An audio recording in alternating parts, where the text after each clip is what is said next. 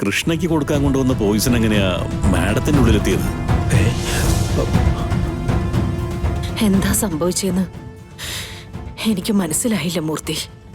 അവൾക്ക് കൊടുത്ത ജ്യൂസിൽ വിഷം കലർത്തിയെന്നും അവളത് കുടിച്ചത് കണ്ടുവെന്നും മാഡം പറഞ്ഞതല്ലേ?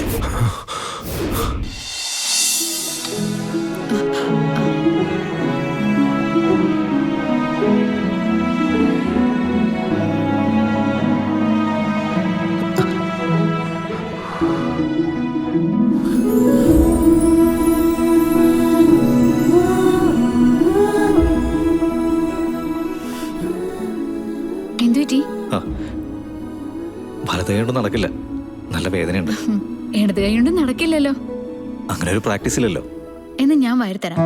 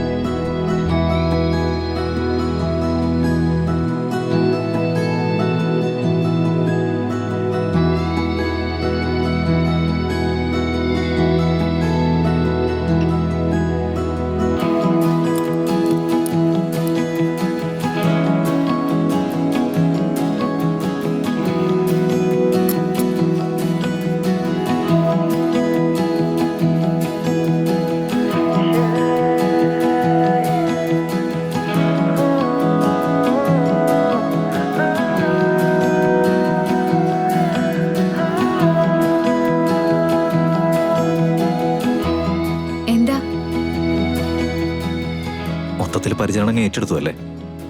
ഒരാൾക്ക് സുഖമില്ല എന്ന് പറഞ്ഞാല് ഇതൊക്കെ ചെയ്തു കൊടുക്കേണ്ട കാര്യല്ലേ?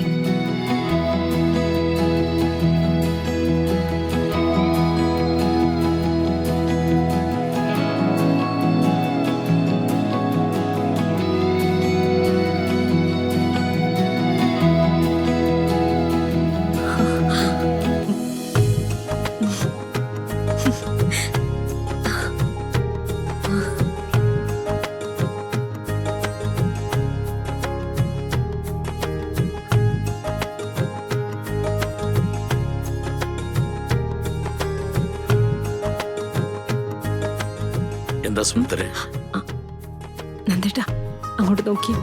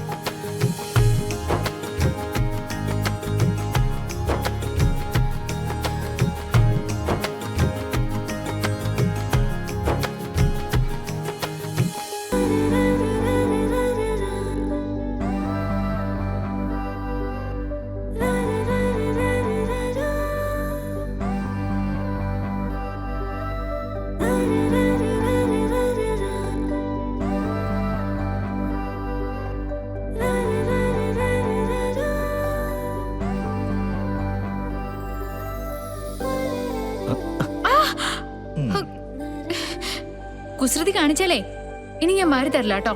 ഒറ്റയ്ക്ക് കഴിക്കേണ്ടി വരും. എന്റെ പെണ്ണിനോടല്ലാതെ ഞാൻ വേറെ ആരോടെ കുസൃതി കാണിക്കണ്ടേ?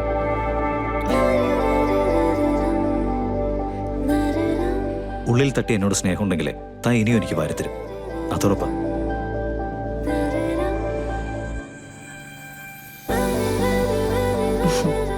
നന്ദേട്ടാ ഇങ്ങോട്ട് വന്നേ, വാ.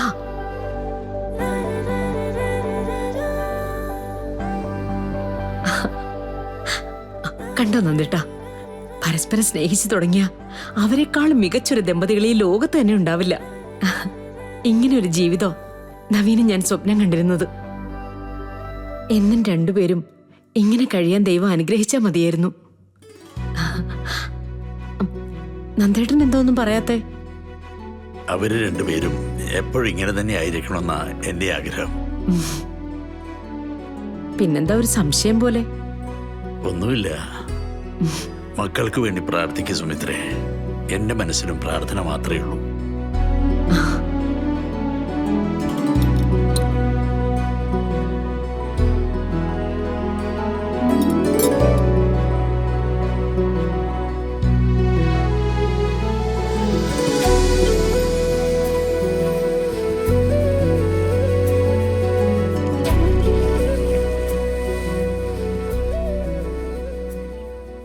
എന്നാലും എനിക്ക് മനസ്സിലാകാത്തത് ഇത്ര പെട്ടെന്ന് എന്താ സത്യവതി മാഡത്തെ തിരിച്ചു കൊണ്ടുവന്നേന്നാ. അതിന്റെ കാരണം മൂർത്തി പറഞ്ഞില്ലേ, സത്യവതി മാഡത്തിനെ അനിയൻ സാറിന് അത്രയ്ക്ക് ഇഷ്ടമാണ്.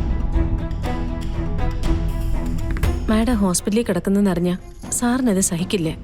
അപ്പോ മാഡം തന്നെ നിർബന്ധം പിടിച്ച് കാണും പോണോന്ന്. ശരിക്കും എന്ത് സംഭവിച്ചു എന്നാ പറഞ്ഞേ? ഞാൻ ചോദിച്ചിട്ട് ആ മൂർത്തി ഒന്നും പറഞ്ഞില്ല.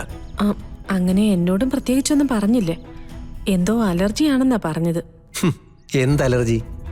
അലർജിക്കാരെങ്കിലും ചോര ഛർദ്ദിക്കുവോ?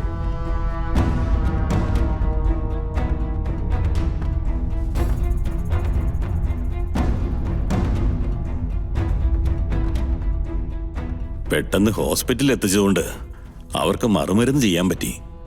അല്ലായിരുന്നെങ്കിൽ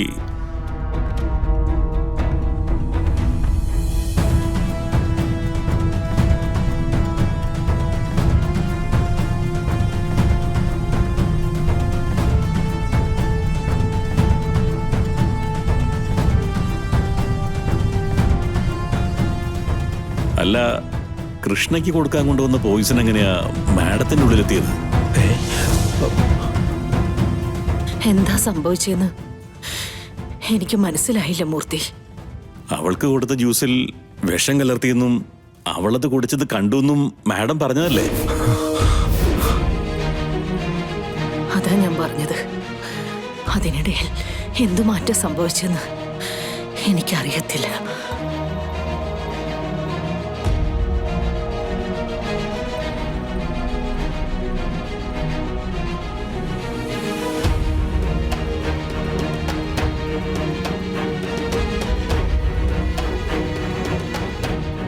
സാറേ, സാറേ,